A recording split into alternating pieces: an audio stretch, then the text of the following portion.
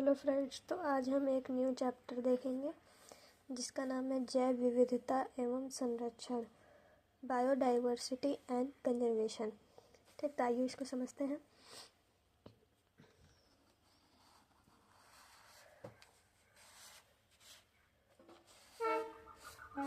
ठीक, तो इसको समझते हैं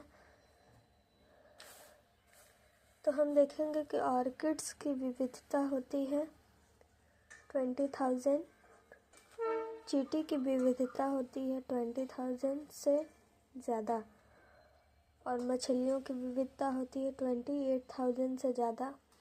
बीटल यानी भृंग की विविधता होती है 3 लाख से ज़्यादा। सबसे ज़्यादा किसकी होती है? भृंग की। ठीक, अब देखेंगे इस विविधता के जनक थे एडवर्ड विल्सन ने एक टर्म दी थी जिसे बायोडाइवर्सिटी कहा गया था। विभिन्न स्तरों पर जैव विविधता की व्याख्या की। इन्होंने विभिन्न स्तरों पर क्या की? जैव विविधता की क्या की? व्याख्या की। इसे 3 भागों में उन्होंने 3 पार्ट में बताया था। फर्स्ट है आनुवंशिक स्तर। एक ही प्रकार के जीव आनुवंशिक स्तर पर भिन्न हो सकते हैं। मतलब एक ही प्रकार के जीव है लेकिन वो आनुवंशिक स्तर पर क्या हो सकता है? भिन्न हो सकता है। जैसे आम की किस्में होती है लगभग 1000, उसमें विविधता पाई जाती है। चावल की किस्में होती है उसमें कम से कम 50,000 से ज़्यादा विविधता पाई जाती है। उसी तरह देखेंगे एक पादप है जिसका नाम है राउवोल्फिया वोमिटोरिया। ठीक है,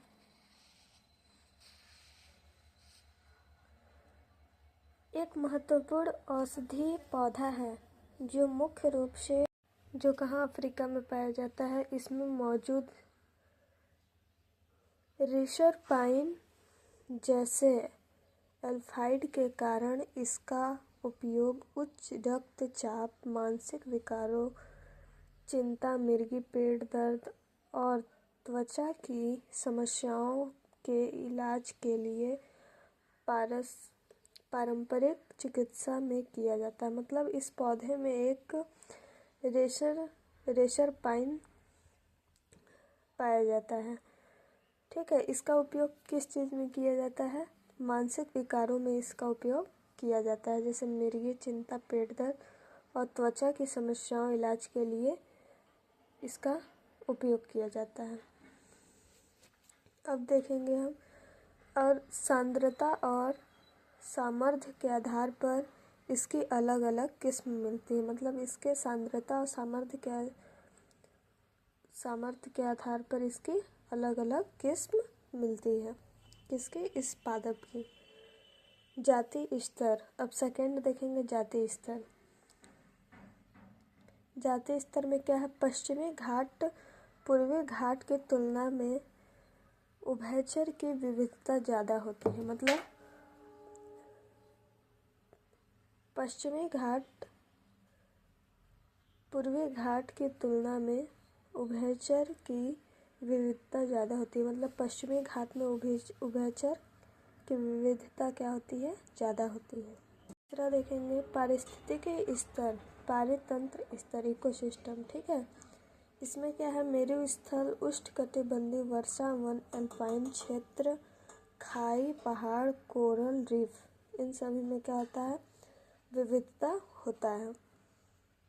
जैसे मरुस्थल यानी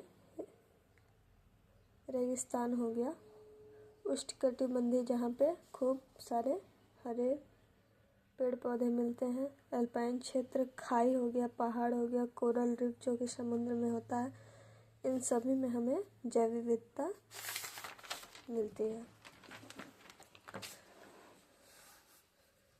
अब देखिए, बेला संगम नदी समुद्र से मिलती है उस वाले एरिया को बोलते हैं। मतलब बेला संगम हम उसको बोलते हैं जो नदी और समुद्र से मिलती, जिस जगह पर नदी और समुद्र मिल जाती हैं, उस वाले एरिया को हम बोलते हैं बेला संगम। अब हम देखेंगे कि अल्फा बायोडाइवर्सिटी, बीटा डाइवर्सिटी और गामा बायोडाइवर्सिटी किसे बोलते हैं। तो अल्फा बायोडाइवर्सिटी किसे बोलते हैं, एक पारितंत्र में जैव विविधता, मतलब इस पूरे एक वृहद क्षेत्र है, इसमें एक पारितंत्र का मतलब इजी में समझा करिए, पारितंत्र का मतलब हो गया घर, ठीक है। मतलब एक घर में जैव विविधता को हम क्या बोलते हैं, अल्फा बायोडाइवर्सिटी। और उसी तरह बीटा में क्या हो गया, भिन्न पारितंत्रों के मध्य जैव विविधता, मतलब भिन्न, अल्फा अल्फा ये क्या भिन्न हो गया ना, तो इन दोनों में जो हमें जैव विविधता मिल रही है उसे बीटा डाइवर्सिटी बोलते हैं। और गामा बोलते हैं एक वृहद क्षेत्र में जैव विविधता, मतलब एक वृहद क्षेत्र में, यहाँ देखिए बताया गया है, इसे एक वृहद क्षेत्र में जो जैव विविधता हमें मिल रही है उसे क्या बोलते हैं, गामा। और इन दोनों के बीच जो मिल रहा है उसे बीटा। उसी तरह हम देखेंगे IUCN किसे कहते हैं। IUCN international union for conservation of natural and natural resources. तो ये इन्होंने क्या बताया था कि 2004 के डाटा में 1.5 मिलियन जैव विविधता मिल रही थी वर्ल्ड में, पूरे वर्ल्ड में। हमें उस टाइम की डाटा जो 2004 की डाटा थी, उस टाइम इन्होंने बताया था IUCN ने कि 1.5 मिलियन जैव विविधता उस टाइम हमें मिल रही थी। फिर एक और साइंटिस्ट हैं जिनका नाम था रॉबर्ट में, इन्होंने बताया था लगभग 7.5 मिलियन जैव विविधता मिली थी, जिसमें से कि लगभग 70% क्या थे, किसमें जैव विविधता मिल रही थी, 70% जंतु में जैव विविधता मिल रही थी। उन 70% में क्या थे, कीट थे, मतलब उस जंतु, यानी जंतु क्या था, कीट था, मतलब कीट में, अभी तक कीट में ही सबसे ज़्यादा जैव विविधता हमें मिलती है। बायोडाइवर्सिटी सबसे ज़्यादा जंतु में मिलती है, जंतु में भी, किसमें, कीट में। अब पादप में हमें 22%, 22% हमें जैव विविधता मिलती है। वैश्विक स्तर पर इंडिया में कुल भूभाग का 2.4% एरिया जैव विविधता 8.1। इसका मतलब है कि पूरे इंडिया में कुल लैंड के, मतलब भूभाग के कितने एरिया हैं, 2.4% लैंड के एरिया है पूरे इंडिया में। लेकिन उसमें से जैव विविधता हमें कितनी मिल रही है, 8.1%, मतलब एरिया से भी ज़्यादा हमें जैव विविधता मिल रही है। एरिया है, लैंड एरिया है 2.4% ही, और जैव विविधता हमें कितनी मिल रही है, 8.1%, यानी बहुत ज़्यादा है जैव विविधता हमें मिल रही है। उसी तरह भारत में पादपों की जैव विविधता कितनी है, 45,000। जंतुओं की जैव विविधता कितनी है, 90,000। अब देखिएगा यहाँ पे लिखा है विश्व के 12 मेगा डाइवर्सिटी क्षेत्रों में भारत एक है, मतलब सब मेगा मतलब होता है सबसे ज़्यादा, मतलब 17 ऐसे देश थे जिसमें बायोडाइवर्सिटी बहुत ज़्यादा थी, जिसमें से कि 12वें स्थान पे, सबसे ज़्यादा स्थान पे किस में, मेगा डाइवर्सिटी, मतलब भारत में एक ऐसा देश है जिसमें विश्व में भारत एक ऐसा देश है जिसमें 12वें मेगा डाइवर्सिटी क्षेत्रों में से एक है। अब हम देखेंगे सबसे ज़्यादा जैव विविधता। अब तक में सबसे ज़्यादा जैव विविधता किस में पाया जाता है, तो सबसे ज़्यादा जैव विविधता अमेजन वर्षा वन में, इसको हम पृथ्वी के फेफड़े बोलते हैं, मतलब अमेजन वर्षा वन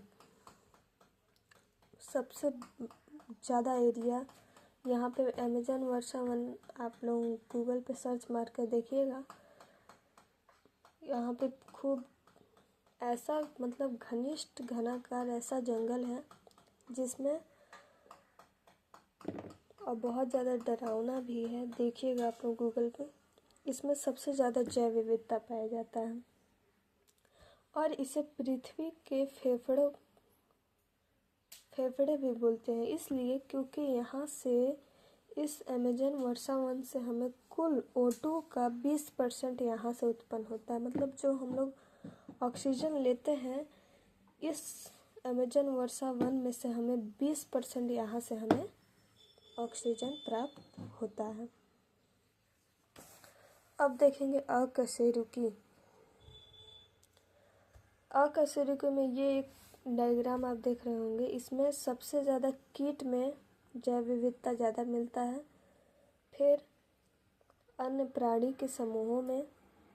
अकशेरुकी तो आप समझ रहे होंगे, उसी का ये दिया है, सबसे ज़्यादा कीट में, फिर अन्य प्राणी समूह में, फिर किस में है, मोलस्क में है, फिर उसके बाद क्रस्टेशिया में है। तो इसे एक ट्रिक से याद करना पड़ेगा आपको, क्योंकि एग्ज़ाम में कभी जब ये ऑप्शन का नेम आपको नहीं दिया रहेगा और इस तरह डायग्राम आपको दे देगा, बोलेगा कि इसका नेमिंग करो। खास करके ये तो आपको पता है कि ये नीट में ही चैप्टर, ये सब नीट के लिए ही है, ठीक। और इसमें नीट में ही क्वेश्चन यहाँ से बहुत ज़्यादा आते हैं कि आपको ये इस तरह बस फिगर दे देगा डायग्राम और बोलेगा कि इसमें जैव विविधता को दिखाइए, ठीक। तो आपको नेमिंग करना होगा, तो इसका ट्रिक है याद करने का, IOMC से हम याद कर सकते हैं। आई मतलब इंसेक्ट, मतलब कीट, कीट में सबसे ज़्यादा, उसके बाद है अदर एनिमल्स मतलब अन्य प्राणी, उसके बाद है M मोलस्क, उसके बाद है क्रस्टेशिया में। इस तरह ट्रिक से आप इसको याद कर सकते हैं। सबसे ज़्यादा I, फिर O, M, फिर C। उसी तरह कशेरुकी में देखिए इस तरह फिगर दे देगा, ठीक। और ये नेमिंग नहीं देगा, आपको इसको फिल करना होगा, ठीक। तो इसका भी एक ट्रिक है, FB रैम, मतलब F मतलब मत्स्य, मतलब मछली, मतलब फिश में सबसे ज़्यादा है, उसके बाद बर्ड में है, उसके बाद रेप्टाइल्स में है, उसके बाद एम्फीबियंस में है, उसके बाद मैमल्स में है, ट्रिक। ये ट्रिक से याद कर लीजिएगा। उसके बाद इसी तरह पादप में भी हम देख सकते हैं, AFAMFL सबसे ज़्यादा किसमें है, कवक, आवृतबीजी। इस तरह मतलब ट्रिक से आप लोग देख लीजिएगा इस तीनों को। अब हम देख रहे होंगे कि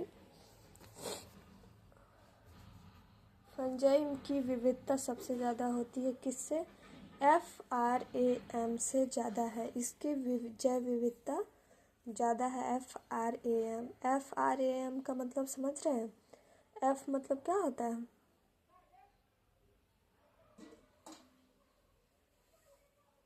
यहाँ पे है F मतलब फिश, रेप्टाइल्स, एम्फीबियंस, मैमल्स। मतलब इन सभी से ज़्यादा किसकी विविधता किसकी ज़्यादा होती है, फंजाई की सबसे ज़्यादा होती है। उसी तरह एंजियोस्पर्म या जिसे हम आवृतबीजी पौधे की जैव विविधता पौधों के अन्य सभी समूहों जैसे जिम्नोस्पर्म, बायोफाइट्स एंड टेरिडोफाइट्स से कई अधिक होती है। मतलब एंजियोस्पर्म की जैव विविधता बहुत ही ज़्यादा होती है, कम से कम 80 से 90% ज़्यादा होती है, किससे, कवक से, ठीक। Gymnosperm, bryophytes, pteridophytes. मतलब एंजियोस्पर्म की जैव विविधता सबसे ज़्यादा होती है, याद रखिएगा।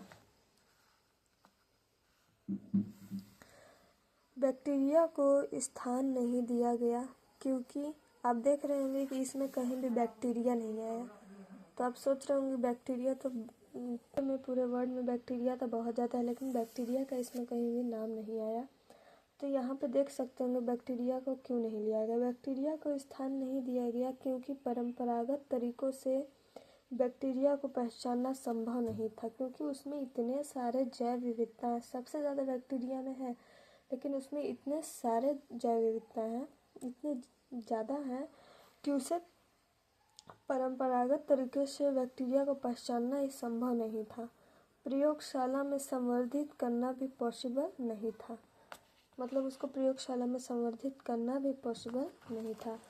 यही था हमारा आज का टॉपिक। ठीक, जैव विविधता, बायोडाइवर्सिटी, इसको आज पढ़िए। और अगर आपको नोट्स चाहिए तो मुझे कमेंट करिए। ठीक, मैं नोट्स का भी अपलोड कर दूँगी फ़ोटो। बाकी लाइक करिए, शेयर करिए, ताकि और भी मैं इस तरह से वीडियो आप लोगों के लिए बनाऊँ। यहाँ से भी लिख सकते हैं। ठीक।